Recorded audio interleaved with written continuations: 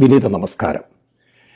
നിങ്ങളുടെ എല്ലാവരുടെയും ശ്രദ്ധയിലേക്ക് ഒരു പ്രധാന കാര്യം ഓർമ്മിപ്പിക്കാനാണ് ഞാൻ ഈ ഒരു വീഡിയോ ഷെയർ ചെയ്യുന്നത്.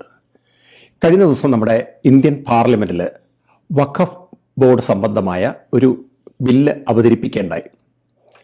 ആ സമയത്ത് നമ്മുടെ കേരളത്തിലെ രാഷ്ട്രീയ നേതാക്കന്മാർ, അതായത് MP-മാർ, അവിടെ പ്രസന്റ് ചെയ്തിട്ടുള്ള കുറേ കാര്യങ്ങൾ നിങ്ങളൊന്ന് ശ്രദ്ധിക്കണം.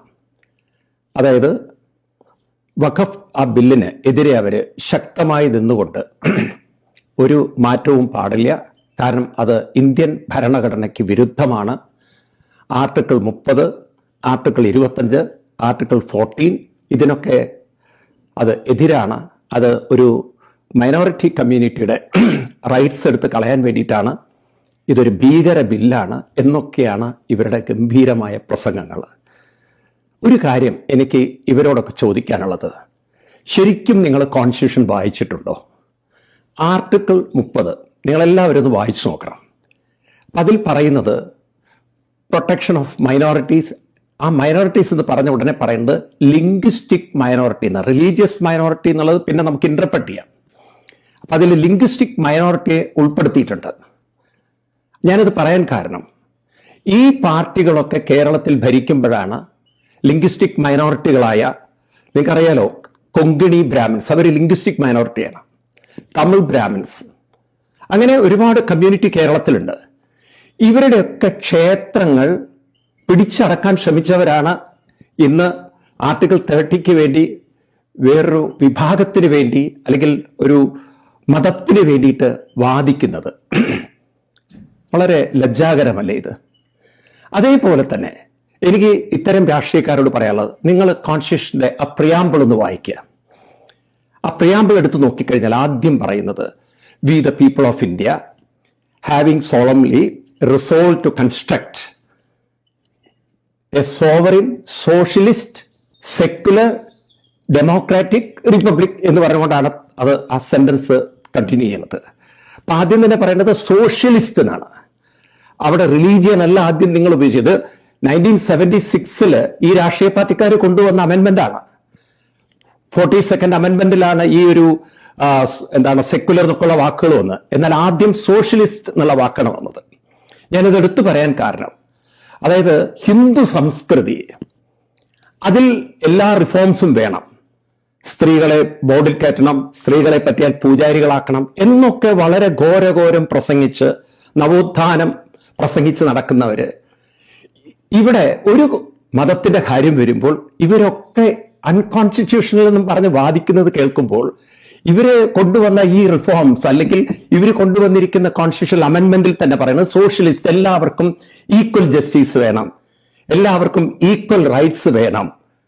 അപ്പൊ അവിടെ എന്താണ് ഈ ഈക്വാലിറ്റി ഒന്നും വേണ്ടേ? അത് ഹിന്ദുവിന് മാത്രമാണോ വേണ്ടത്? ഇതിനെക്കുറിച്ച് നാം ഹിന്ദുക്കളൊന്ന് ശ്രദ്ധിക്കേണ്ടതില്ലേ? അതുപോലെ ഞാൻ ചോദിക്കട്ടെ, ഹിന്ദുവിന്റെ ക്ഷേത്രങ്ങള് ഇവര് ദേവസ്വം ബോർഡ് വെച്ചുകൊണ്ട് ഇവർ ഭരിക്കുന്നു. അവരെ ഇഷ്ടമുള്ളവരെയൊക്കെ തെരഞ്ഞെടുത്ത് ഒരക്ഷരം വിഷ്ണു സഹസ്രനാമോ ലളിതാ സഹസ്രനാമോ അല്ലെങ്കിൽ നമ്മുടെ ശാസ്ത്രങ്ങളോ അറിയാത്തവരാണ് അവിടുത്തെ ക്ഷേത്രത്തിന്റെ ഭരണാധികാരികളായിട്ട് വരുന്നത്.